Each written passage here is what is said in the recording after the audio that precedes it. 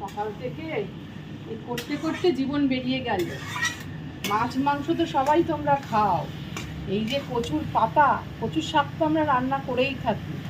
এই যে কচুর পাতা দিয়ে না এক থালা ভাত একদম দুপুরবেলা সাফা সাফা হয়ে যাবে একদম, মাছ মাংস লাগবে না।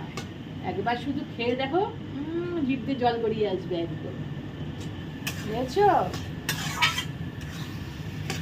আজকে হচ্ছে স্পেশাল একদম কচুর শাকের পাতা। আর করবে কি মাথা,